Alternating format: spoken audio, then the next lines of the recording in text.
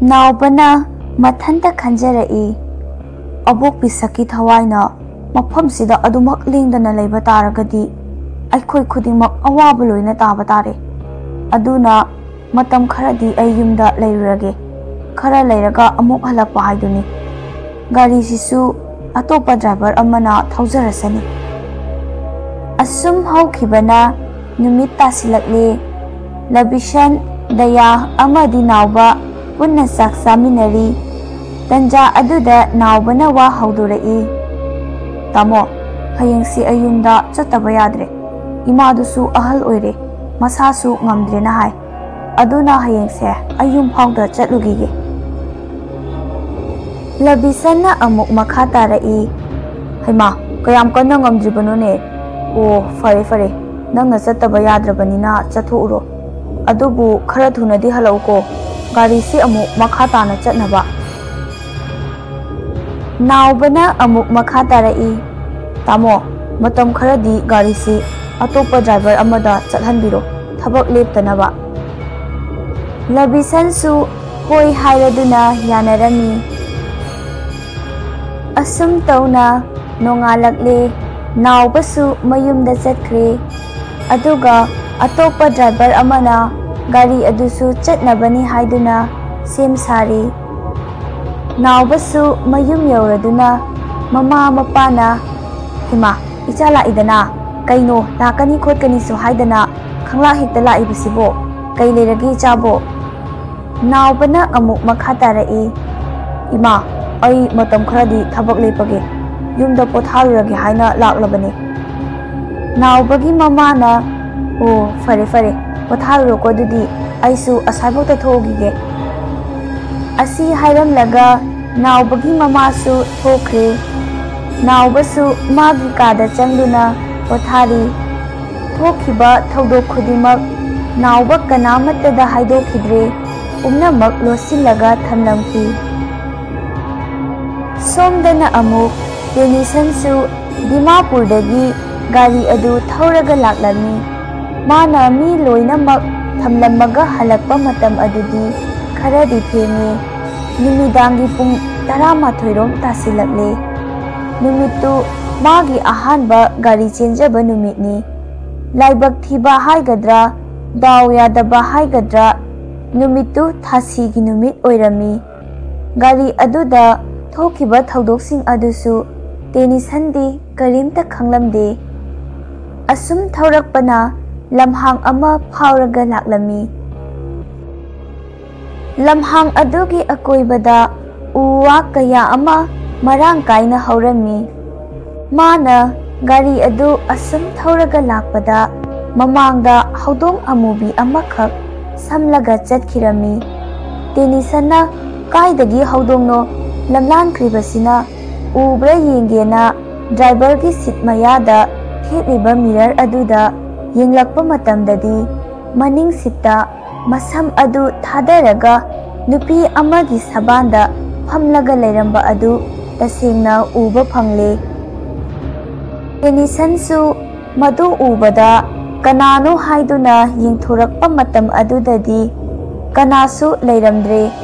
tenisan adu yam ngakna karino hojikidubo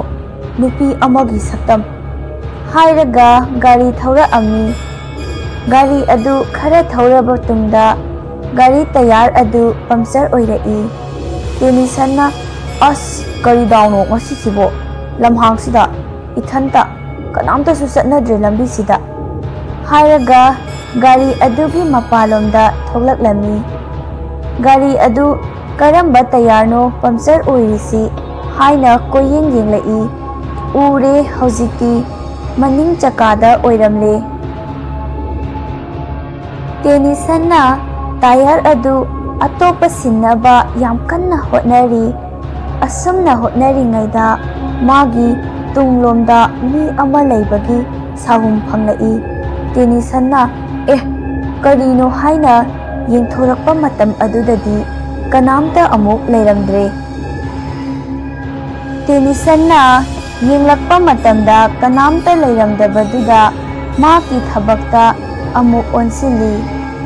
ngaihak leiraga amuk ꯇꯦꯅꯤꯁꯟꯒꯤ ꯒꯥꯔꯤꯒꯤ ꯃꯃꯥꯡꯂꯣꯝꯗꯒꯤ ꯃꯤ ꯑꯃꯅ ꯆꯦꯞꯊꯔꯒ ꯃꯨꯟꯅ ꯃꯉꯣꯟꯗ ꯌꯦꯡꯂꯒ ꯂꯩꯔꯝꯕ ꯑꯗꯨ ꯎꯕꯗ ꯇꯦꯅꯤꯁꯟ ꯀꯅꯥꯅꯣ ꯍꯥꯏꯗꯨꯅ ꯆꯪꯁꯤꯜꯂꯒ ꯌꯦꯡꯂꯝꯃꯤ, ꯑꯗꯨꯕꯨ ꯀꯅꯥꯝꯇ ꯂꯩꯕ ꯎꯗ꯭ꯔꯦ꯫ ꯃꯥꯅ ꯃꯅꯤꯡꯂꯣꯝꯗ ꯑꯃꯨꯛ ꯑꯣꯟꯊꯣꯔꯛꯄ ꯃꯇꯝ ꯑꯗꯨꯗ ꯉꯁꯥꯏꯒꯩ ꯂꯩꯍꯧꯗꯕ ꯃꯐꯝ ꯑꯗꯨꯗ ꯃꯁꯝ ꯑꯗꯨ ꯃꯃꯥꯏ ꯄꯨꯝꯕꯗ ꯊꯥꯗꯔꯒ ꯐꯝꯃꯒ ꯂꯩꯔꯝꯕ ꯑꯗꯨ ꯎꯕꯗ ꯇꯦꯅꯤꯁꯟ ꯑꯗꯨ ꯃꯁꯥ ꯄꯨꯝꯕ ꯇꯨ ꯆꯨꯡꯈꯤꯕ ꯈꯪꯍꯧꯗꯦ꯫ ꯃꯁꯥ ꯑꯗꯨ ꯀꯤꯅ ꯀꯤꯅ ꯍꯥꯏꯔꯛꯏ, "ꯅꯪ ꯀꯅꯥꯅꯣ? ꯍꯥ, ꯅꯪꯕꯨ ꯀꯅꯥꯅꯣ? ꯃꯇꯧ ꯀꯔꯝꯅ ꯃꯐꯝꯁꯤꯗ ꯂꯩꯔꯤꯕꯅꯣ? ꯍꯥꯏꯌꯨ, ꯏꯕꯦꯝꯃ, ꯅꯪꯕꯨ ꯀꯅꯥꯅꯣ?" ꯇꯦꯅꯤꯁꯟꯅ ꯍꯪꯂꯤꯕꯗꯨ ꯅꯨꯄꯤ ꯑꯗꯨ ꯀꯔꯤꯃꯠꯇ ꯈꯨꯝꯂꯛꯇꯦ꯫ ꯇꯦꯅꯤꯁꯟ ꯃꯁꯥ ꯑꯗꯨ ꯈꯔ ꯄꯥꯈꯠꯅ ꯋꯥ ꯃꯈꯥ ꯑꯗꯨꯝ ꯇꯥꯔꯤ, ꯑꯗꯨꯕꯨ ꯅꯨꯄꯤ ꯑꯗꯨꯅ ꯈꯨꯝꯃꯛꯄ ꯀꯧꯕ ꯂꯩꯇ꯭ꯔꯦ꯫ ꯇꯦꯅꯤꯁꯟ ꯈꯔ ꯁꯥꯎꯔꯒ ꯈꯣꯟ ꯈꯔ ꯋꯥꯡꯂꯞꯅ, "ꯍꯦ, ꯉꯁꯥꯏꯗꯒꯤ ꯑꯩꯅ ꯍꯥꯏꯁꯦ ꯅꯪ ꯇꯥꯗ꯭ꯔꯣ? ꯍꯥꯠꯇꯣꯛꯄꯤꯔꯨꯔꯣ ꯂꯝꯍꯥꯡꯁꯤꯗ! ꯀꯅꯥꯅꯣ ꯅꯪꯕꯣ?" ꯍꯥꯏꯔꯒ ꯆꯩꯔꯛꯂꯝꯃꯤ꯫ ꯅꯨꯄꯤ ꯑꯗꯨ ꯄꯥꯎꯈꯨꯝ ꯑꯃꯠꯇ ꯄꯤꯔꯛꯇ꯭ꯔꯦ꯫ ꯇꯦꯅꯤꯁꯟ ꯁꯥꯎꯔꯗꯨꯅ, "ꯂꯩꯍꯧꯔꯣ ꯅꯪ ꯂꯝꯍꯥꯡꯁꯤꯗ!" ꯍꯥꯏꯔꯒ ꯒꯥꯔꯤꯂꯣꯝꯗ ꯑꯣꯟꯁꯤꯜꯂꯛꯄ ꯃꯇꯝ ꯑꯗꯨꯗ ꯃꯃꯥꯏ ꯄꯨꯝꯕ ꯏꯈꯦꯡꯇꯅ ꯊꯜꯂꯕ ꯃꯁꯝ ꯑꯗꯨꯅ ꯃꯃꯥꯏ ꯄꯨꯝꯕ ꯈꯨꯝꯁꯤꯜꯂꯒ ꯃꯃꯤꯠ ꯅꯥꯝꯃꯁꯨ ꯀꯦꯟꯗꯣꯏꯒꯤ ꯊꯔꯥꯛ ꯌꯥꯜꯂꯒ ꯃꯉꯣꯟꯗ ꯌꯦꯡꯂꯒ ꯂꯩꯔꯝꯕ ꯑꯗꯨ ꯇꯦꯅꯤꯁꯟꯅ ꯎꯔꯝꯃꯤ꯫ ꯂꯩꯔꯝꯃꯤꯕ ꯐꯤꯚꯝ ꯑꯗꯨ ꯎꯕꯗ ꯇꯦꯅꯤꯁꯟ ꯈꯪꯄ꯭ꯔꯦꯛ ꯈꯪꯅ ꯏꯃꯥ ꯂꯥꯎꯔꯒ ꯈꯣꯡꯐꯝ ꯑꯃ ꯑꯅꯤ ꯍꯟꯇꯣꯔꯛꯏ꯫ ꯃꯇꯝ ꯑꯗꯨꯗ ꯃꯃꯥꯡꯗ ꯂꯩꯔꯤꯕ ꯊꯋꯥꯏ ꯑꯗꯨꯅ ꯇꯦꯅꯤꯁꯟꯒꯤ ꯉꯛꯁꯝ ꯇꯝꯅ ꯃꯈꯨꯠ ꯑꯗꯨ ꯂꯥꯝꯂꯛꯂꯝꯃꯤ꯫ ꯇꯦꯅꯤꯁꯟ ꯑꯗꯨ ꯊꯋꯥꯏꯇꯗꯤ ꯍꯤꯡꯍꯧꯔꯒꯦ ꯍꯥꯏꯔꯒ ꯆꯤꯡꯊꯛꯇꯝꯅ ꯆꯦꯜꯂꯛꯂꯝꯃꯤ꯫ ꯁꯨꯝ ꯆꯦꯜꯂꯛꯄꯗ ꯃꯁꯥ ꯑꯗꯨ ꯋꯥꯔꯦ ꯍꯥꯏꯗꯨꯅ ꯎ ꯑꯃꯒꯤ ꯃꯈꯣꯡꯗ ꯐꯝꯗꯨꯅ ꯂꯩꯔꯝꯃꯤ꯫ ꯃꯁꯥ ꯄꯨꯝꯕ ꯑꯗꯨ ꯋꯥꯕꯅ ꯌꯥꯗ꯭ꯔꯦ, ꯁꯣꯔꯁꯨ ꯊꯕꯦꯠ ꯍꯣꯜꯂꯤ꯫ ꯇꯦꯅꯤꯁꯟꯅ ꯃꯥꯒꯤ ꯑꯀꯣꯏꯕꯗ ꯀꯅꯥ ꯂꯩꯒꯦ ꯍꯥꯏꯅ ꯌꯦꯡꯂꯛꯄ ꯃꯇꯝ ꯑꯗꯨꯗ ꯉꯧꯔꯣꯛ ꯉꯧꯕ ꯃꯃꯤꯠ ꯑꯃꯅ ꯃꯉꯣꯟꯗ ꯌꯦꯡꯂꯒ ꯂꯩꯔꯝꯕ ꯑꯗꯨꯗ ꯇꯦꯅꯤꯁꯟ ꯄꯥꯈꯠꯅ ꯑꯃꯨꯛ ꯆꯦꯜꯂꯛꯂꯝꯃꯤ꯫ ꯃꯥꯅ ꯁꯨꯝ ꯆꯦꯜꯂꯛꯄꯗ ꯎ ꯑꯃꯗ ꯄꯜꯂꯗꯨꯅ ꯇꯦꯅꯤꯁꯟ ꯇꯨꯁꯤꯜꯂꯝꯃꯤ꯫ ꯍꯧꯖꯤꯛꯇꯤ ꯃꯁꯥ ꯑꯗꯨ ꯋꯥꯕꯅ ꯌꯥꯗ꯭ꯔꯦ, ꯇꯨꯁꯤꯟꯕꯗꯒꯤ ꯃꯈꯣꯡ ꯑꯗꯨꯁꯨ ꯁꯣꯛꯂꯝꯃꯤ꯫ ꯑꯁꯨꯝꯅ ꯐꯝꯂꯒ ꯂꯩꯔꯤꯉꯩꯗ ꯃꯊꯛꯇꯒꯤ ꯎ ꯃꯁꯥ ꯑꯃ ꯑꯃꯨꯛ ꯀꯦꯜꯂꯛꯂꯒ ꯇꯦꯅꯤꯁꯟꯒꯤ ꯃꯁꯥꯗ ꯇꯥꯔꯛꯂꯝꯃꯤ꯫ ꯇꯦꯅꯤꯁꯟꯒꯤ ꯃꯁꯥꯗꯒꯤ ꯏ ꯇꯞ ꯇꯥꯔꯛꯏ꯫ ꯇꯦꯅꯤꯁꯟ ꯃꯊ꯭ꯋꯥꯏ ꯑꯗꯨ ꯍꯤꯡꯂꯔꯣꯏ ꯍꯥꯏꯅ ꯃꯁꯥꯅ ꯈꯟꯖꯔꯦ꯫ ꯌꯥꯝ ꯋꯥꯅ ꯅꯥꯁꯣꯜ ꯄꯤꯛꯅ ꯑꯁꯨꯝꯅ ꯍꯥꯏꯔꯛꯏ, "ꯍꯦ, ꯇꯥꯏꯕꯪ ꯁꯦꯝꯕꯤꯕ ꯃꯄꯨ, ꯑꯩꯒꯤ ꯀꯔꯤ ꯏꯔꯥꯜꯅꯣ? ꯑꯩꯕꯨ ꯑꯁꯨꯛ ꯋꯥꯕ ꯊꯧꯗꯣꯛꯁꯤꯡ ꯄꯤꯕꯤꯔꯤꯕ, ꯑꯩꯉꯣꯟꯗ ꯊꯦꯡꯅꯍꯟꯕꯤꯔꯤꯕꯁꯤꯕꯨ ꯀꯔꯤꯅꯣ?" ꯍꯥꯏꯔꯒ ꯇꯞꯅ ꯆꯤꯡ ꯑꯗꯨꯗ ꯀꯥꯈꯠꯂꯝꯃꯤ꯫ ꯉꯥꯏꯍꯥꯛ ꯀꯔꯤꯁꯨ ꯇꯧꯔꯛꯇꯕ ꯑꯗꯨꯗ ꯆꯤꯡꯊꯛꯇꯝꯅ ꯀꯥꯈꯠꯂꯛꯏ꯫ ꯗꯥꯎ ꯌꯥꯕ ꯍꯥꯏꯒꯗ꯭ꯔꯥ, ꯏꯁꯣꯔꯅ ꯆꯥꯟꯕꯤꯕ ꯍꯥꯏꯒꯗ꯭ꯔꯥ, ꯆꯤꯡꯊꯛ ꯑꯗꯨꯒꯤ ꯃꯊꯛꯇ ꯌꯨꯝ ꯑꯃꯒꯤ ꯃꯥꯡꯒꯣꯜꯗ ꯃꯩ ꯊꯥꯜꯂꯒ ꯂꯩꯕ ꯑꯗꯨ ꯎꯔꯝꯃꯤ꯫ ꯇꯦꯅꯤꯁꯟ ꯍꯔꯥꯎꯃꯟꯈꯤꯗꯨꯅ ꯌꯨꯝ ꯑꯗꯨ ꯇꯝꯅ ꯃꯈꯣꯡ ꯁꯦꯛꯂꯤ ꯇꯧꯔꯒ ꯀꯥꯈꯠꯂꯛꯏ꯫ ꯑꯁꯨꯝꯅ ꯂꯥꯛꯄꯅ ꯌꯨꯝ ꯌꯧꯗꯧꯔꯦ꯫ ꯌꯨꯝ ꯑꯗꯨ ꯌꯧꯔꯝꯗꯥꯏꯗ ꯈꯪꯍꯧꯗꯅ ꯎ ꯃꯁꯥ ꯑꯃ ꯇꯦꯅꯤꯁꯟꯒꯤ ꯃꯁꯥ ꯇꯝꯅ ꯄꯥꯏꯁꯤꯜꯂꯛꯂꯒ ꯇꯦꯅꯤꯁꯟꯗ ꯊꯣꯝꯂꯝꯃꯤ꯫ ꯎꯗꯨꯅ ꯊꯣꯝꯂꯛꯄꯗꯒꯤ ꯇꯦꯅꯤꯁꯟ ꯑꯗꯨ ꯒ꯭ꯌꯥꯟ ꯃꯥꯡꯗꯨꯅ ꯇꯥꯔꯝꯃꯤ꯫ ꯉꯥꯏꯍꯥꯛ ꯂꯩꯔꯒ ꯇꯦꯅꯤꯁꯟ ꯑꯗꯨ ꯒ꯭ꯌꯥꯟ ꯑꯃꯨꯛ ꯂꯥꯛꯏ꯫ ꯃꯀꯣꯛ ꯑꯗꯨꯁꯨ ꯏ ꯉꯥꯛꯇ ꯉꯥꯏꯔꯝꯃꯦ꯫ ꯃꯁꯥ ꯑꯗꯨ ꯇꯞꯅ ꯍꯧꯒꯠꯂꯛꯂꯒ ꯌꯨꯝ ꯑꯗꯨꯕꯨ ꯌꯧꯔꯗꯤ ꯍꯥꯏꯅ ꯃꯈꯣꯡ ꯁꯦꯛꯂꯤ ꯂꯥꯛꯑꯝꯃꯤ꯫ ꯇꯝꯅ ꯁꯨꯝ ꯂꯥꯛꯄꯅ ꯍꯧꯖꯤꯛꯇꯤ ꯌꯨꯝ ꯑꯗꯨꯁꯨ ꯌꯧꯔꯦ꯫ ꯌꯥꯝ ꯋꯥꯅ ꯏꯃꯨꯡꯒꯤ ꯃꯤ ꯀꯧꯔꯛꯏ꯫ ꯌꯨꯝꯁꯤꯕꯨ ꯀꯅꯥ ꯀꯅꯥ ꯂꯩꯒꯦ? ꯑꯃꯨꯛꯇ ꯊꯣꯛꯄꯤꯔꯛꯎꯕ ꯍꯥꯏꯅ ꯑꯁꯨꯝꯅ ꯍꯟꯖꯤꯟ ꯍꯟꯖꯤꯟ ꯀꯧꯔꯝꯃꯤ꯫ ꯌꯨꯝꯕꯨ ꯑꯗꯨꯁꯨ ꯇꯥꯔꯗꯨꯅ ꯏꯃꯨꯡꯂꯣꯝꯗꯒꯤ ꯊꯣꯛꯂꯛꯏ꯫ ꯇꯦꯅꯤꯁꯟ ꯊꯣꯛꯂꯛꯏꯕ ꯅꯨꯄꯥ ꯑꯗꯨ ꯎꯕꯗ ꯃꯁꯥꯗ ꯑꯀꯤꯕ ꯑꯃ ꯄꯣꯛꯂꯛꯏ꯫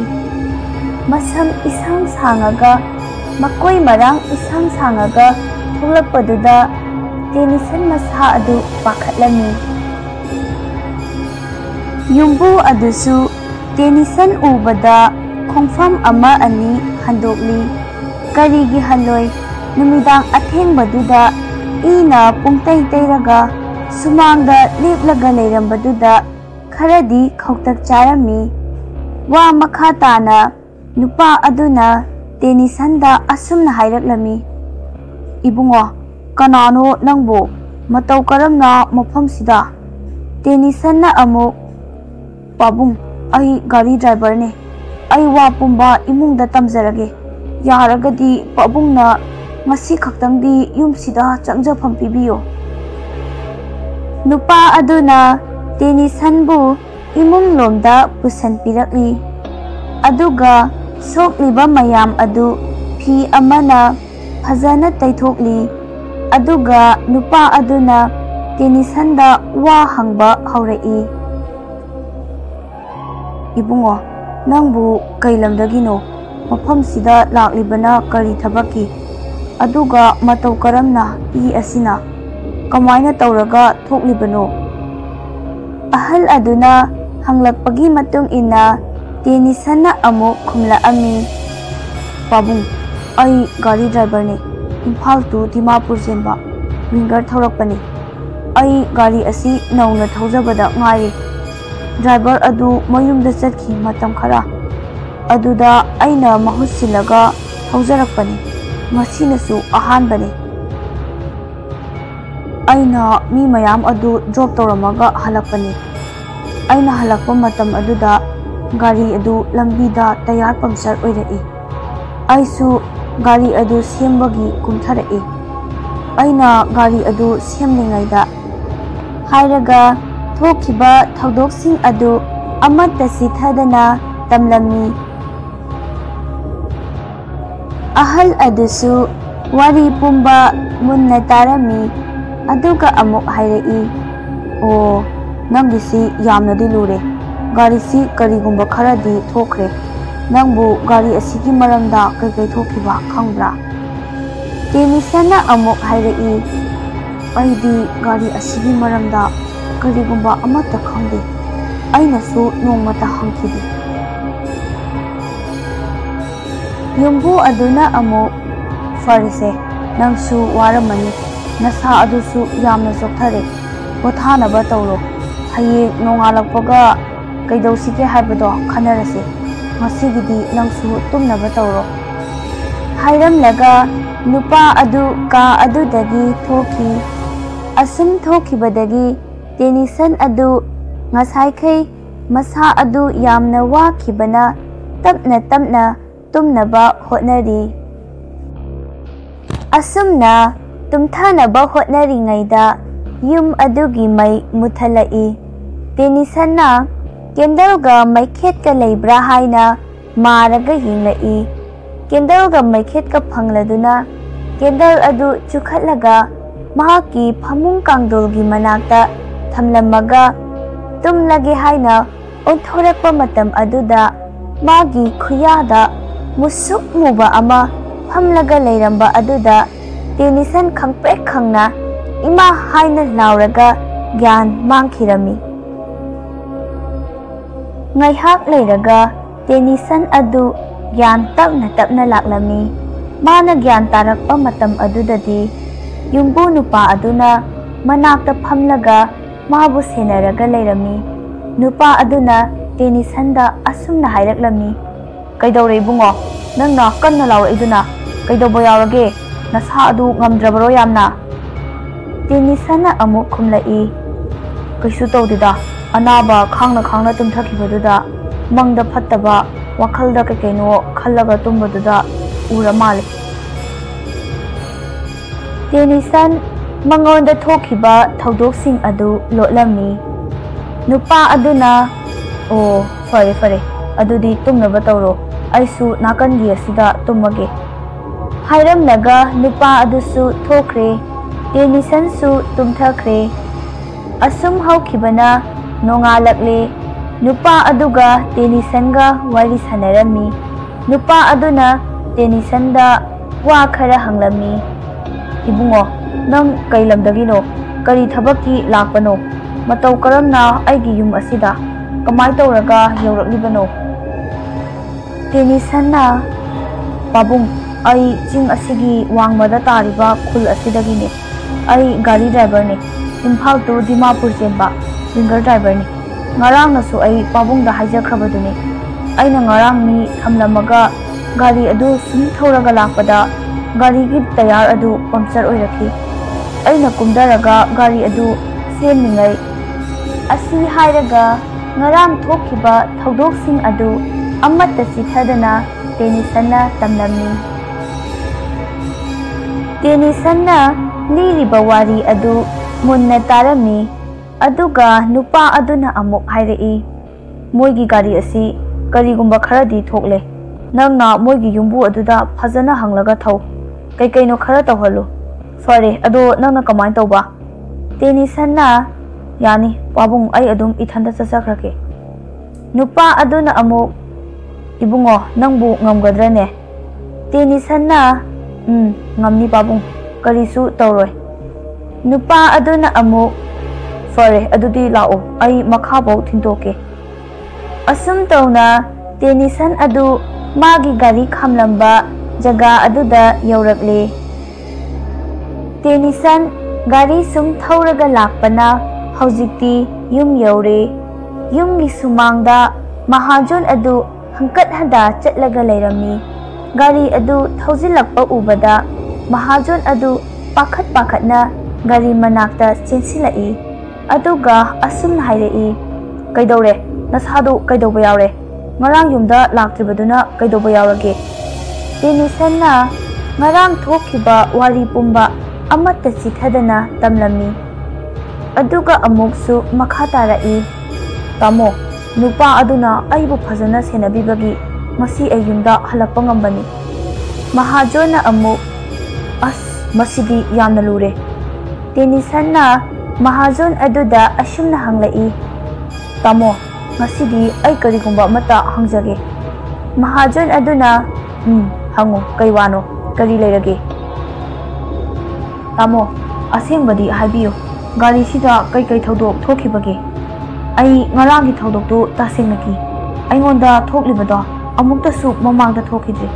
haibiyo tamo gari sida kai thaudok sing thokibage.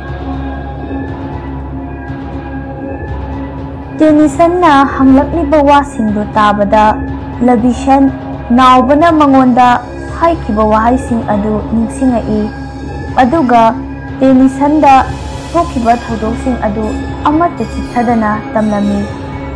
aduga mathanda amuk khanjarai o naubana aingonda haikiba wahaising adu asengba oirabako aina mabu karimna biki farese adubu hayeng maibi ama tanaraga lai khoram thoase. Tennyson su hoi haiduna yanare nongma labison adu moigi khulgi maibi Lakshmi gi manakta laklami. Maibi Lakshmi gi yum adu yauduna sumangdagi labishana kauraklami. Ima maibi yum sibu maibi Lakshmi hoigi natabro. Lakshmi na mane Maibi Lakshmi haribado aini kari tana seba. Labison na amu ima hantaksi aigi yumda nahan kai tawdaba thaudok mayam ama tawre maduda kai legena imaga amukta tanajagena lakjabani. Maibi Lakshmi na yengsi Labison na amu ima yaragadi ngasi hayeng numisida oina yengbibana fagadra. Maibi aduna amu fare ai hayeng maglaage aduga khoiram thoasi ai ngasidi walam khara irage ꯄꯣꯠꯂꯝꯁꯤꯡ ꯑꯁꯤ ꯁꯨꯅ ꯊꯝꯂꯝꯃꯨ ꯑꯗꯨꯒ ꯍꯌꯦꯡ ꯈꯣꯏꯔꯝ ꯊꯣꯛꯑꯁꯤ ꯅꯨꯃꯤꯗꯥꯡꯗ ꯈꯣꯏꯔꯝꯒꯗꯕꯅꯤꯀꯣ ꯂꯕꯤꯁꯟꯁꯨ ꯍꯣꯏ ꯍꯥꯏꯔꯗꯨꯅ ꯃꯌꯨꯝ ꯇꯝꯅ ꯆꯠꯈꯔꯦ ꯃꯥꯏꯕꯤ ꯑꯗꯨ ꯅꯣꯛꯐꯦꯠ ꯇꯧꯔꯒ ꯂꯩꯍꯧꯔꯤ ꯄꯩꯁꯥꯗ ꯃꯤꯍꯧꯕ ꯃꯥꯏꯕꯤ ꯑꯃꯅꯤ ꯃꯁꯥꯗꯤ ꯀꯔꯤꯁꯨ ꯍꯩꯕ ꯅꯠꯆꯗꯦ ꯍꯥꯏꯅꯈꯤꯕꯒꯤ ꯃꯇꯨꯡ ꯏꯟꯅ ꯃꯥꯏꯕꯤ ꯂꯛꯁꯃꯤ ꯂꯥꯏ ꯈꯣꯏꯔꯝꯕ ꯍꯧꯔꯦ ꯉꯥꯏꯍꯥꯛ ꯂꯩꯔꯒ ꯂꯥꯏ ꯈꯣꯏꯔꯝꯕ ꯑꯗꯨꯁꯨ ꯂꯣꯏꯔꯦ ꯃꯥꯏꯕꯤ ꯂꯛꯁꯃꯤꯅ ꯂꯕꯤꯁꯟꯗ ꯑꯣꯟꯁꯤꯜꯂꯒ ꯑꯁꯨꯝꯅ ꯍꯥꯏꯔꯛꯑꯝꯃꯤ ꯏꯕꯨꯡꯉꯣ ꯂꯥꯏ ꯈꯣꯏꯔꯝꯕꯁꯨ ꯂꯣꯏꯔꯦ ꯍꯧꯖꯤꯛꯇꯤ ꯀꯔꯤꯝꯇ ꯇꯧꯔꯔꯣꯏ ꯅꯨꯡꯉꯥꯏꯇꯕ ꯀꯔꯤꯝꯇ ꯈꯜꯂꯅꯨ ꯑꯗꯨꯕꯨ ꯑꯩꯒꯤ ꯄꯩꯁꯥꯗꯤ ꯈꯔ ꯆꯥꯎꯅ ꯄꯤꯌꯨ ꯇꯧꯔꯤꯕ ꯊꯕꯛꯁꯦ ꯑꯔꯥꯏꯕꯗꯤ ꯅꯠꯇꯦ ꯂꯕꯤꯁꯟꯅ ꯍꯣꯏ ꯑꯁꯤ ꯍꯥꯏꯔꯒ ꯂꯕꯤꯁꯟꯅ ꯃꯥꯏꯕꯤ ꯑꯗꯨꯗ 5,000 ꯄꯤꯔꯝꯃꯤ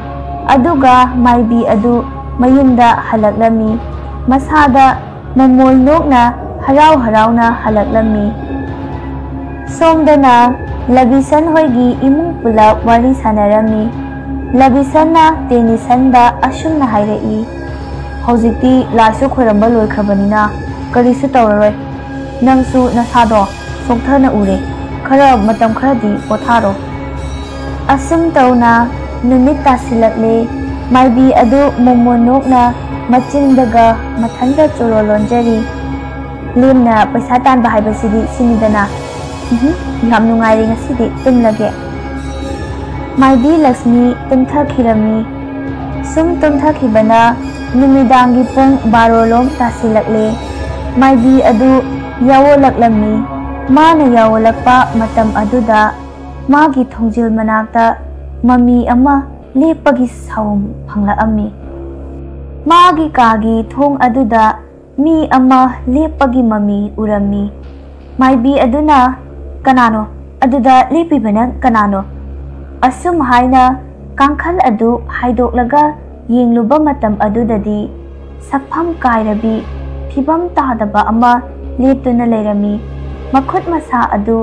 इफै फैदोकलगा ममाई अदुना ई ngakta masam aduna isang sangna mamai aduda thadaraga lepaga leiramba aduda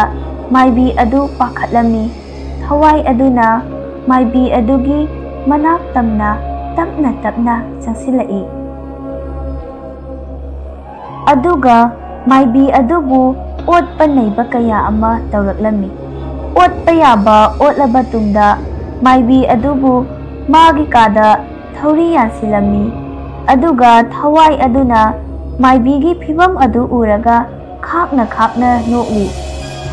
asum tauna nongalakle mipum khudingmak loina hawgatnare adubu maibi adu hojipau hawgalaktabaduda kaidawraba jatno haina magi machanupana yengba changlaklamni machanupana changlakpa matam adudadi सफम कायना मागी कादा थोरी यादुना सिरगा लेरिबा अदु उबदा पाखतपा अमदी मसादा अकीबा पोक्लमी तौरिबा फिबम अदु मयाम मथंग मथंग लोइना तानरमी लबिसन होइसु तारमी लबिसन याम ngakna अस सिदी कमाय तौनी ngarangda ngairi lai khoramkiba aduga matau karamna ngaihak wakhal khanjanei tauriba mayam adusu khulgi mipum khudingmak pullaga meeting taurami khul asida mishimina asi matau karamna tauribano kanana tauribano haibado aikhoisu khangde tauriba asi laigi shumali aduna khangnaba asidagi maiba ahaiba ama lei haina tai maga tanaraga lai amukta khoiramnaba tausi asum tauna maiba adu kaurure aduga lai khoiramnaba haiduna thorang taurami khoiramiba mafam adudi labisan hoigi kunthong aduda oina khoirami lai adu hek khoiramba haurakpa matam adudadi khanghaudana manak nakpada leiriba uwa mayam adu kanna silaklami manak nakpada leiriba hui mayam adushu kanna khonglaklammi कप्पसु यावरक्लमी माइबा अदुसु माना ngamjaba लाइसोन कया अमा सोलदुना खोइरममी ngaihak leiraga maiba adu pumnamak khanglai machinda nofet tawraklami maibana nofet tawrakpa adu ubada manak nakpada leiriba mipum khudingmak angakpa phawrami ngaihak leiraga maiba adu mamit pangthorai aduga manak nakpada leiriba mi khara aduda onsila ami labisan hoisu tarami aduga pisak hoigi imungsu tarami maiba aduna asumna hairaklami khul asida thokliba thodosing ase atei kanana sinate leikidraba pisak aduna sanaramba thawai amana tawhanbani maiba adugi wa tabada mipum khudingmak loinamak ngaklami mayam adugi maraktagi nupi amana asumna hairaklami matau karamna madi asigumba thodok maiba aduna wa makha taraklami thawai asibu mana sanaramaga sanariba thawai adubu loisinkhidre aduna khul asibu mana awaba tanaba onaraklibani aduga bisak hairiba nupi ase hingchabi changba misak amasuni aduna magi lagi thauram asi loisinaba hotnabada kharadi wana thokani adubu mayam pumnamak karimta chingnabiganu aigi ahaiba leiwa mayam ama sijanaduna mabu tashinaba hotnagani aduga lafu makhong asida horen numidang athengbada lai puja ama tausi aduga pumnamak loina farani asum tauna mayamsu lai khoiramnabani haiduna thorang tawrami hainakhibagi matung ina numidang athengba yausilakli lai khoiramnaba haiduna sem sari ibungo asida leiriba phina khumjiliba pot asiga laidebi asiga mai thanaba taw aduga pumnamak farani maiba aduna hairakpagi matung ina labisan pot adubu laugi haina chatlami adubu magi makhong aduda kanagumba amana pairaklaga mabu soro soro chingduna mafam adugi akoibada puri matau adu ubada maiba aduna magi haijaba leiwa kaya ama sonduna thadoknaba hotnarami adubu chingbadi lepamde maiba aduna phina khumliba pot aduga laidebi aduga manakta leiriba mai aduda langsilami potsak adu atay karisu nate pisakna lai sanabada sijanaramba lairikni lairik aduga laidebi aduga punna mai chaklaklami thawai adu lairik adu mai thakibaduda kanna kanna lauraklami ngaihak leiraga pisakki thawai adu tapna tapna urai labisan hoigi imung amadi pisak hoigi imungsu punna leiringaida pisakki thawai aduna asumna hairaamni aina matam khara sanaramba thawai asi aina matang matam chana leikhidabana thawai asibu aina sanaba loisinkhidre mahakki machinjaksu pikhidre matam kharadi nakhoida mahakna yetkre aduga maibi adu siriba adusu aina lawbani masu hingchabigi nusit changbani aiga matam khudingmakta sananaba haiduna aina lawbani ngasidagidi taibangmida awaba karisu piraklaroi nakhoi nungayai phana paluko aidi isorgi khuya khusitamna nungaina palurage hantak mapoksimagidi punsi ase telo haina tamnabani isorgi nakta nganna tilare asi hairaga thawai adu mami samkhre lai adu khoiramban loiraduna maiba adusu yum tamna chakre khul adusu yamna ingna chikna nungayai phana pankre matam khara leiraga naubasu amuk laktuna ꯍꯥꯟꯅꯗꯧꯅ ꯒꯥꯔꯤ ꯑꯗꯨ ꯆꯦꯟꯕ ꯍꯧꯈ꯭ꯔꯦ꯫ ꯃꯇꯥꯡ ꯑꯁꯤꯗ ꯊꯋꯥꯏ ꯑꯃ ꯍꯥꯏꯔꯤꯕ ꯋꯥꯔꯤ ꯑꯁꯤ ꯂꯣꯏꯁꯤꯟꯖꯔꯦ꯫ ꯋꯥꯔꯤ ꯑꯁꯤꯕꯨ ꯍꯧꯕꯗꯒꯤ ꯂꯣꯏꯕ ꯐꯥꯎꯕ ꯇꯥꯕꯤꯔꯤꯕ ꯃꯌꯥꯝ ꯄꯨꯝꯅꯃꯛꯄꯨ ꯊꯥꯒꯠꯄ ꯐꯣꯡꯗꯣꯛꯆꯔꯤ ꯑꯃꯗꯤ ꯑꯩꯅ ꯄꯥꯊꯣꯛꯄ ꯃꯇꯝꯗ ꯁꯣꯏꯈꯤ ꯂꯥꯟꯈꯤꯕ ꯌꯥꯎꯔꯒꯁꯨ ꯃꯌꯥꯝꯅ ꯉꯥꯛꯄꯤꯒꯅꯤ꯫